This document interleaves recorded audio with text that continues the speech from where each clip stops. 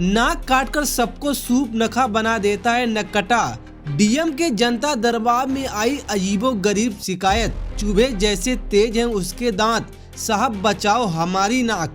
रामायण का एक प्रसंग था जहां रावण की बहन सूर्पनखा भगवान राम या लक्ष्मण में से किसी एक से विवाह करना चाहती थी। जब दोनों मना कर देते हैं तो वह हमला करती है, जिसके बाद लक्ष्मण सूर्पनखा की नाक काट देते हैं। इसकी शिकायत वो अपने भाई रावण से करती है। कुछ ऐसी ही शिकायत लेकर कानपुर के एक गांव वाले डीएम के जनता दरबार में आए। गांव वालों ने आरोप लगाया कि उनके गांव का एक व्यक्ति भी इसी तरह से सबकी नाक काट देता है। इस शिकायत के समाधान के लिए डीसीपी को बोला गया है। कानपुर के थाना ककवन अंतर्गत गांव गुमानी पुरवा के रहने वाले डीएम के जनता दरबार में पहुंचे। वहां पर उन्होंने बताया कि उसके गांव का एक व्यक्ति अलवर है, जिसके दांत चूहे की तरह पैने हैं। वह व्यक्ति लोगों से झगड़ा करता रहता है और जैसे ही कोई विरोध करता है तो झपट्टा मारकर उसकी नाक काट लेता है। गांव वालों का आरोप है कि उसके दांत चूहे से भी ज्यादा पैने हैं। उसके काटने की वजह से कई लोगों की नाक चेहरे से अलग भी हो चुकी है। गांव वालों ने बताया कि अगर किसी तरह से कोई अपनी नाक बचा लेता है तो अलवर उसका अंगूठा चबा लेता है।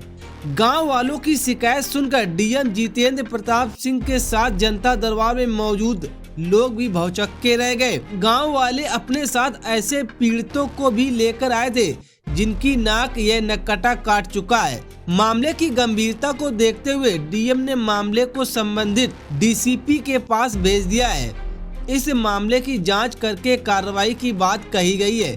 गांव से आए अवधेश ने बताया कि अलवर की वजह से पूरे गांव वाले परेशान हैं। उसने लोगों की नाक काटकर सबको परेशान कर रखा है।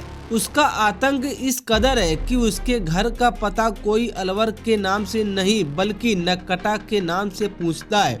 अवधेश के अनुसार अभी तक वो आधा दर्जन से ज्यादा लोगों की नाक काट चुका है, जिसकी वजह से गांव में दहशत फैली हुई है। दिवारी लाल सर, दिवारी लाल जी किसने काटा है? ये अलवर साहब ने काटा, अलवर ने काटा। वो मेरे भाई भी काटा, मेरे भी काटा और 5-6 लोगों को और काटा। जब लड़ाई करता है तो कुल्हाड़ी लेकर दौड़ता है और मुंह चलाता है, काटता है। उमेश कुमार। उमेश जी क्या हुआ आपके साथ? मेरे साथ 2023 5 फरवरी को मैं अम्बेडकर साहब की कथा करवा रहे थे और बहन जी लेडीज थी, उन्हीं को हमने किया था।